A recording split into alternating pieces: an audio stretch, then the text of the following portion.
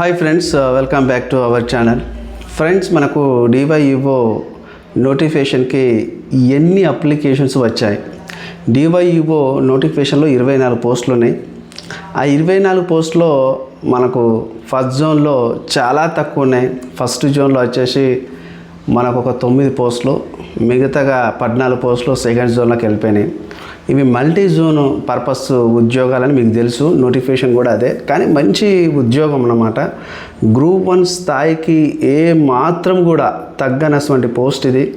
చాలా మంచి పోస్టు, కానీ దీనికి చాలా తక్కువ పోస్టులు ఉన్నాయి.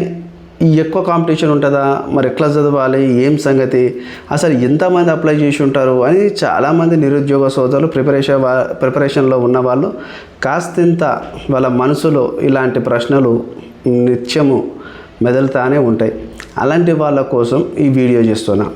మెయిన్గా మొదటిగా ఎవరైనా కొత్త వాళ్ళు వచ్చి మన ఛానల్ విజిట్ చేసినట్టయితే ఫస్ట్ ఆఫ్ ఆల్ మీరు సబ్స్క్రైబ్ చేసుకొని లైక్ చేసి మీ అభిప్రాయాన్ని కామెంట్ ద్వారా తెలియజేసి చూడండి. ఇది మంచి యూస్ఫుల్ వీడియో, మొదటి నుండి చివరి వరకు చూడండి, ఎక్కడికక్కడ స్క్రిప్ట్ కొట్టకండి. మెయిన్గా తెలంగాణ రాష్ట్రంలో ఈ మధ్యకాలంలో అసలు నోటిఫికేషన్స్ అనేవి లేవు. కాంగ్రెస్ ప్రభుత్వం ఏర్పడి ఒక 3 సంవత్సరాలు అవుతుంది. పెద్దగా అతిపెద్ద నోటిఫికేషన్స్ అయితే రాలే. అంతకుముందు బీఆర్ఎస్ వాళ్ళు ఇచ్చినాయే, వాళ్ళు గెంటుకుంటా రిక్రూట్మెంట్స్, అదేవిధంగా నియామక పత్రాలు అని చెప్పేసి 2025 వరకు అదే వ్యవస్థను కొనసాగించారు, అదే వ్యవస్థను సాగదీశారు. రేవంత్ రెడ్డి అని వచ్చిన తర్వాత ఇలానే మన పొల్యూషన్ కంట్రోల్ బోర్డులో కొన్ని పోస్టులు 10 పరక, అలానే మన ఎడ్యుకేషన్ డిపార్ట్మెంట్ నుంచి డివైఈఓ ఒక 24 పోస్టులు, ఇట్లా 10, 12 ఇలాంటి చిన్న పోస్టులే నోటిఫికేషన్ వస్తుంది. మెయిన్గా తెలంగాణ రాష్ట్రంలో డివైఈఓకున్నంత క్రేజు, అంటే ఆ పోస్టుకున్నంత క్రేజ్ ఏ పోస్టుకు లేదు. విద్యార్హతలు మీకు తెలిసిందే. పీజీ చదివి పీజీలో 55% ఉండి పీజీ చదివిన ప్రతి ఒక్కరికి ఇది అప్లికేషన్ చేసుకోవడానికి అవకాశం ఉంటుంది. కానీ చిన్న మెలుకు ఏంటంటే మీ డిగ్రీలో సంబంధిత సబ్జెక్ట్ వచ్చేసి బీఎడ్ చేయడానికి రిలేటెడ్గా ఉండాలని చెప్పేసి అన్నారు.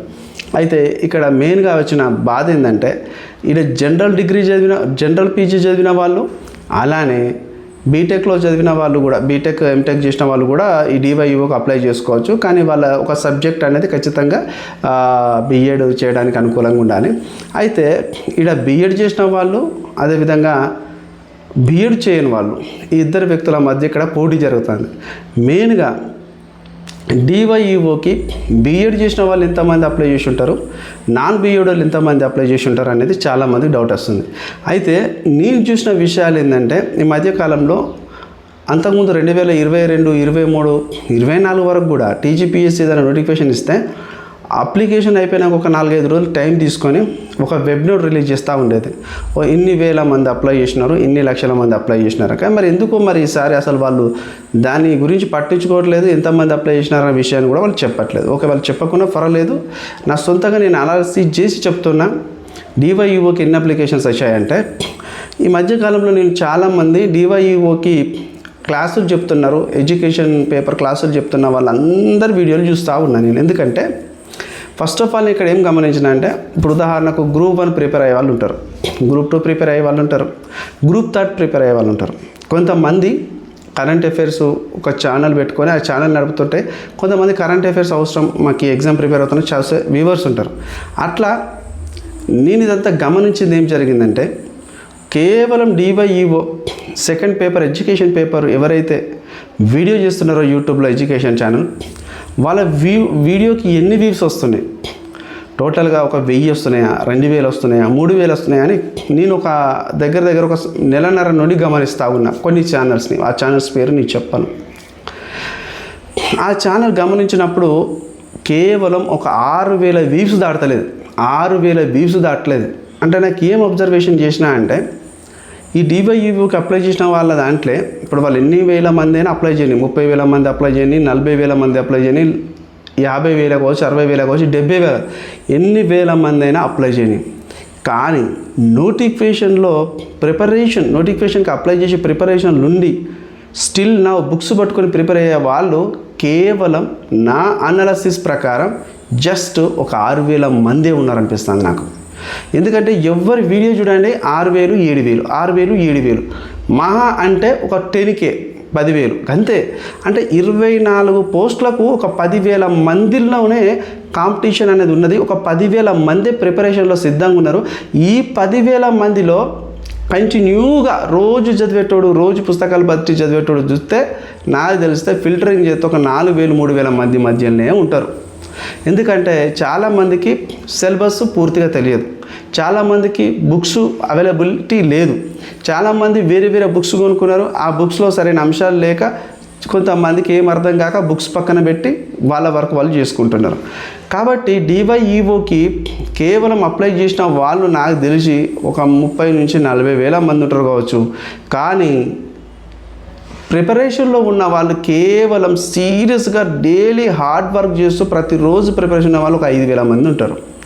ఈ సంఖ్య పెద్దదే. 5,000 అంటే చాలా తక్కువ ఏం కాదు. 24 పోస్టులకు 5,000 అంటే చాలా తక్కువేం కాదు. కానీ మీకు ఒక మంచి ఉదాహరణ చెప్తాను నేను. మధ్యప్రదేశ్లో అటవీ శాఖ నుండి ఒక 8 పోస్టులు రిలీజ్ అయినాయట.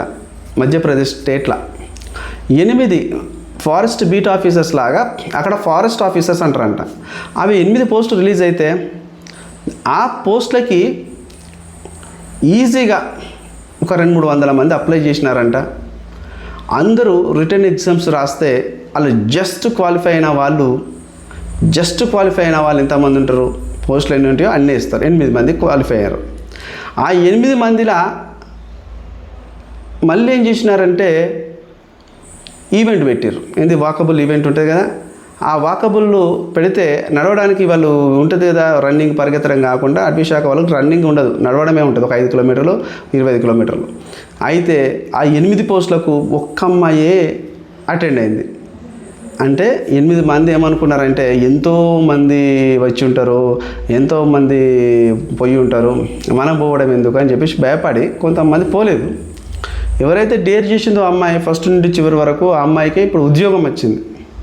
ఇలానే DYEO కూడా మీరు డేర్ చేయండి, మీ మీద మీరు నమ్మకం పెట్టుకోండి, చదవండి. బుక్స్ లేవు, సిలబస్ కరెక్ట్గా మాకు పుస్తకాలు దొరకట్లేదు, మేము ఇది కొనుక్కుంటే ఆ దాంట్లో వీడియోలు దొరకట్లేదు, అది బక్కర పెట్టేయండి. ఎందుకంటే టైం లేదు మనకు. రఫ్లీ నేను అనుకుంటున్నా మనకి ఇంకొక 50 రోజులు టైం ఉంది అంతే ఈ ప్రిపరేషన్కి, అంతకంటే ఎక్కువ లేదు. నాకు తెలిసి అక్టోబర్ 2nd వీక్లో డేట్స్ వచ్చేస్తాయి. వాటి తక్కిన అక్టోబర్ 1st వీకే డేట్ ఇవ్వచ్చు. డేటు ఖచ్చితంగా ఒక 2 వారాలు టైం ఇస్తాడు మీకు చదువుకోవడానికి. కానీ ఇన్ని రోజులు అంటే ఇప్పుడు ఇది DYEO వచ్చేసి ఇప్పుడు జూన్లో వచ్చేసింది, ఇప్పుడు ఇది వచ్చేసి మనకు ఆగస్టు మంత్, చాలా టైం దొరికింది. కానీ చాలామంది ఇంకా చదవలే, మీకు ఇబ్బంది అవుతుంది. కాబట్టి చదవండి. బుక్స్ లేవు అనుకుంటే మీ దగ్గర ఏ సోర్స్ ఉంటుందో ఆ సోర్స్ పట్టుకొని చదవండి, ఉద్యోగం సాధించండి. కానీ మళ్ళీ నేను చెప్పేది ఏంటంటే DYEOకు చాలామంది సెకండ్ పేపర్ మీదనే కాన్సన్ట్రేషన్ చేస్తున్నారు. సెకండ్ పేపర్ చుట్టే మీ ఆలోచన తిరుగుతుంది. మరి ఫస్ట్ పేపర్ కూడా క్లియర్ కావాలి కదా. ఫస్ట్ పేపర్లో 150 మార్కులు GS ఉంటాయి, దానిలో మీరు 120 కొట్టాలి. 120 తెచ్చుకోవడం చాలా హార్డే, ఈజీ కాదు. ఎందుకంటే 15 ఎలిమెంట్స్ ఉన్నాయి, 15 యూనిట్స్ ఉన్నాయి. దాంట్లో geography main part, current affairs main part, science and technology చాలా పెద్ద పార్టే. మళ్ళీ అదేవిధంగా Indian history, Telangana history, Indian polity, అదేవిధంగా మనకి ఇక్కడ పథకాలు, స్కీములు, policies, English, arithmetic reasoning, data interpretation, చాలా అంశాలు ఉన్నాయి ఇక్కడ. మళ్ళీ environment science, national international events, ఇవన్నీ ఉన్నాయి. దీంట్లో ఏ ఒక్కటి కూడా మీరు స్క్రిప్ట్ కొట్టినా మీకు ఉద్యోగం రాదు. కాబట్టి సెకండ్ పేపర్లో ఎంత మీకు కొత్త అయినా కానీ ఫస్ట్ పేపర్ మీ అందరికి పాతే. ఇప్పుడు ఇక్కడ B.Ed నాన్ B.Ed వర్షన్ వచ్చింది కదా. B.Ed నాన్ B.Ed వాళ్ళకి ఏంది ఇక్కడ తేడా, పోలిక పొందుతానా అంటే B.Ed చేసిన వాళ్ళకి సైకాలజీ తెలిసి ఉంటుంది, వాళ్ళు ఆల్రెడీ టెట్కు ప్రిపేర్ అయ్యి ఉంటారు, కొద్దిగా వాళ్ళు హాస్టల్ వెల్ఫేర్ లాంటి DSC లాంటివి ప్రిపేర్ అయ్యి ఉంటారు. కాబట్టి వీళ్ళు కొన్ని అంశాలు అలా 50% వరకు తెలిసినవి ఉంటాయి, 60% వరకు తెలిసినవి ఉంటాయి, 70% ఒక 30% తెలియదు అనుకోండి. ఇక్కడ కంప్లీట్ నాన్ B.Ed వాళ్ళకి GS మొత్తం తెలిసి ఉంటుంది. ఎందుకంటే వాళ్ళు already Group 1, Group 2, Group 3, Group 4 ఏదో ఒక ఎగ్జామ్ రాసి ఉంటారు, వాళ్ళకు GS మొత్తం తెలిసి ఉంటుంది. కానీ వాళ్ళకి తెలియదు ఏముంటుంది, second paper B part A part తెలియదు ఉంటుంది. సో వాళ్ళకు కూడా ఆ B పార్ట్ A పార్ట్లో 20 నుంచి 30% అంశాలు తెలిసినవి ఉంటాయి. గాంధీ తాత గురించి మీకు తెలియదా? మీకు 2020 నేషనల్ ఎడ్యుకేషన్ పాలసీ గురించి తెలియదా? 1986 న్యూ ఎడ్యుకేషన్ పాలసీ గురించి తెలియదా? ఇవన్నీ కూడా మీకు జిఎస్ లేనో ఒకటి అలాగే ఉంటాయి కదా. అదేవిధంగా డిజబిలిటీ యాక్ట్స్ గురించి మీకు తెలియదా? పర్సన్స్ విత్ డిజబిలిటీ అది మీకు తెలియదా? ఖచ్చితంగా ఇవన్నీ మీకు తెలిసి ఉంటాయి. అలా చట్టాలు, ఎడ్యుకేషన్ చట్టాలు ప్రతిదీ మీకు తెలిసి ఉంటాయి. నాను పిహెచ్ చేసిన వాళ్ళకు కూడా సెకండ్ పేపర్లో పార్ట్ ఏలో కొన్ని అంశాలు తెలిసి ఉంటాయి, పార్ట్ బిలో కొన్ని అంశాలు కూడా తెలిసి ఉంటాయి. కాబట్టి ఇద్దరికీ కూడా ఇక్కడ కొద్దిగా ఇబ్బందే ఉన్నది పార్ట్ 2 ఎడ్యుకేషన్ పేపర్తో. సో మేము నాన్ బీఎడ్ అని చెప్పేసి మాకు ఏది తెలియదు అని నిరుత్సాహంలో ఉండకండి. మేము బీఎడ్ వాళ్ళం, మాకు జిఎస్ కొద్ది వరకు తెలియదు. బీఎడ్లో ఎక్కువగా ఈ మ్యాథ్స్ బ్యాక్గ్రౌండ్ ఉన్న మెథడాలజీ, బయాలజికల్ సైన్స్ మెథడాలజీ ఉన్న వాళ్ళకు జిఎస్ మీద కొద్దిగా పట్టు ఖచ్చితంగా తక్కువ ఉంటుంది. కాబట్టి మీరు కూడా జిఎస్ మీద మంచి ప్రిపరేషన్లో గట్టిగా ప్రిపరేషన్ చేయండి, పట్టు తెచ్చుకోండి. అదేవిధంగా నేను మళ్ళీ ఏం చెప్తున్నానంటే, సమయం లేదు, చదవండి. మళ్ళీ ఇలాంటి నోటిఫికేషన్ రాదు. ఒక 18 సంవత్సరాల తర్వాత ఇంత మంచి నోటిఫికేషన్ వచ్చింది. ఈ నోటిఫికేషన్ వదిలిపెట్టుకోకండి. ఈ నోటిఫికేషన్ కనుక మీకు మిస్ అయితే సంవత్సరానికి 1,00,000 రూపాయల జీతం ఉన్న నోటిఫికేషన్ ఏది రాదుగా భవిష్యత్తులో. నేను చెప్తాను, గ్రూప్ 2 కూడా అంత పెద్దగా ఈ డివైయూ అంత స్థాయి కాదు. డివైయూ అంటే ఒక మల్టీ జోన్. నెక్స్ట్ మీరు ఒక 5 సంవత్సరాల డివై అవుతారు, ఇంకొక 5-6 సంవత్సరాల స్కూల్ ఎడ్యుకేషన్ డైరెక్టర్ అవుతారు. మంచి స్థాయి పోస్ట్ ఇది, నిజం చెప్తున్నా. మంచి అవకాశము, మళ్ళీ పోతే రాదు. చదవండి చదవండి చదవండి. మీ దగ్గర ఏ పుస్తకం ఉన్నా దాన్ని 1కి 10 సార్లు చదువుకోండి. ఒకవేళ ఆ పుస్తకం మీకు కరెక్ట్ అనిపించకపోతే దాన్ని వదిలేసి వేరే పుస్తకం పట్టుకొని చదవండి. ఇప్పుడు ఇక మనం కూర్చొని ఇది బాగలేదు అది బాగలేదు అనే సమయం అయిపోయింది. ఇప్పుడు మనం కూర్చొని చదివే సమయమే ఆసనమైనది. మళ్ళీ చెప్తున్నా, నిరుద్యోగులను ఎవ్వడు మోసం చేసినా వదిలిపెట్టేదే లేదు. ఎందుకంటే నిరుద్యోగిని బాధ నిరుద్యోగినికే తెలుసు. మీకు మీరు ఒకరికొకరు సపోర్ట్ చేసుకున్నట్టు నా నిరుద్యోగులకి నేను సపోర్ట్ చేయక తప్పదు. ఏదాని విషయంలో? మోసపూరితమైన విషయాలల్లో, వాళ్ళ జేబులు దోసుకునే విషయాలల్లో. నేను వాళ్ళ జేబులు దోసుకుంటాం, మేము ఇష్టం వచ్చినట్టు ఇవి తయారు చేసి అవి తయారు చేసి ఇచ్చేస్తాం, వాళ్ళు కొనుక్కుంటారు. వద్దు. టెలిగ్రామ్లలో కూడానంట పీడిఎఫ్ మెటీరియల్ 20 రూపాయలు, 30 రూపాయలు, 40 రూపాయలు. ఏంది ఇదంతా? చిల్లర కొట్టు వ్యాపారాలు ఇవన్నీ. మిత్రులారా, మళ్ళీ చెప్తున్నా, ఏది పడుతుంది కొనుక్కోకండి. టెలిగ్రామ్లలో కూడా కరెంట్ అఫైర్స్ జస్ట్ 20 రూపాయలకే 1 మంత్. లేకపోతే ఇంకేదో యాప్లా జూన్ మాసం కరెంట్ అఫైర్స్ ఓన్లీ 10 రూపీస్. ఎందుకు ఇవన్నీ? అట్లా నువ్వు ఎన్ని రోజులు సంపాదిస్తావు? ఆ 10 రూపీస్తో ఎన్ని రోజులు సంపాదిస్తావు? ఇప్పుడు మనం బయటికి వెళ్తే, షాప్లోకి వెళ్తే 10 రూపీస్కు టీ కూడా వస్తలేదు, కాఫీ కూడా వస్తలేదు. ఎందుకు అవసరమా? 15 రూపీస్ టీ ఉన్నది, ఒక 25 రూపీస్ కాఫీ ఉన్నది. నీకు వాల్యూ అంతగా లేని రూపీ కోసం నువ్వు ఎందుకు అంతగా బురిడి కొట్టించాలని చూస్తున్నావు? టెలిగ్రామ్లో ఉన్న మెటీరియల్తో జాగ్రత్తగా ఉండండి. అది కూడా చాలా కొంప ముంచే మెటీరియలే. మీరు ఏ టెలిగ్రామ్లో అందరూ అలాగా చేస్తారని లేదు, కొంతమంది మంచి చేసే వాళ్ళు కూడా ఉన్నారు, వాళ్ళని మనం అనట్లే. ఈ మోసపూరిత ఆలోచనలతో ఉన్న వాళ్ళనే నేను అంటున్నా. కాబట్టి చదవండి. మళ్ళీ మంచిగా ఉన్న ఒక వీడియో ద్వారా టాపిక్ మంచి కాంటెంట్ దొరుకుతుంది. మళ్ళీ ఒక వీడియో ద్వారా వస్తా. మెయిన్గా నేను ఇలా చెప్పదలుచుకునేది ఏంటంటే, డివైయూఓకి కాంపిటీషన్ గట్టిగా ఉన్నది. కాంపిటీషన్ అయితే తగ్గేదే లేదన్నట్టున్నది. ఎవరు కూడా అవకాశాన్ని వదులుకోవడానికి సిద్ధంగా లేరు. ప్రతి ఒక్కరు అవకాశాన్ని సద్వినియోగం చేసుకోవాలని అనుకుంటున్నారు. ఇప్పుడున్న సిచ్యువేషన్లో ఏ నోటిఫికేషన్ లేదు కాబట్టి నిరుద్యోగులకు ఒక మంచి అవకాశంగా ఈ డివైయూఓ అయితే కనిపిస్తుంది. అందరూ కూడా ప్రిపరేషన్లో చాలా స్ట్రాంగ్ ఉన్నారు. ఎవరైతే జిఎస్లో 120 మార్కులు క్రాస్ చేస్తారో వాళ్ళకి మంచి అవకాశాలు ఉంటాయి. మీరు స్కూల్ ఎడ్యుకేషన్ పేపర్ని దృష్టిలో పెట్టుకొని మన మొదటి పేపర్ జిఎస్ పేపర్ని అయితే తక్కువ అంచనా వేయకండి.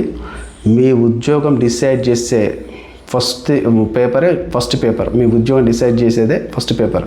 సెకండ్ పేపర్ అనే స్కోరింగ్ సబ్జెక్ట్. అర్థమైందా? సెకండ్ పేపరు 150 మార్కులు, మీకు 300 మార్కులు. ఒక క్వశ్చన్కి 2 మార్కులు, అది స్కోరింగ్. ఇక్కడ ఫస్ట్ పేపర్ వచ్చేసి మీకు ఉద్యోగం డిసైడ్ చేస్తుంది. కాబట్టి జాగ్రత్తగా చదవండి, ఎవరి గురించి ఆలోచించకండి. మళ్ళీ చెప్తున్నా, ఇష్టం వచ్చినట్టు ఏది పడుతుంది మార్కెట్లో కొనుక్కోకండి, మోసపోకండి. ఇంత బాగా చెప్పేటోడు మీకు దొరకడు. బాయ్.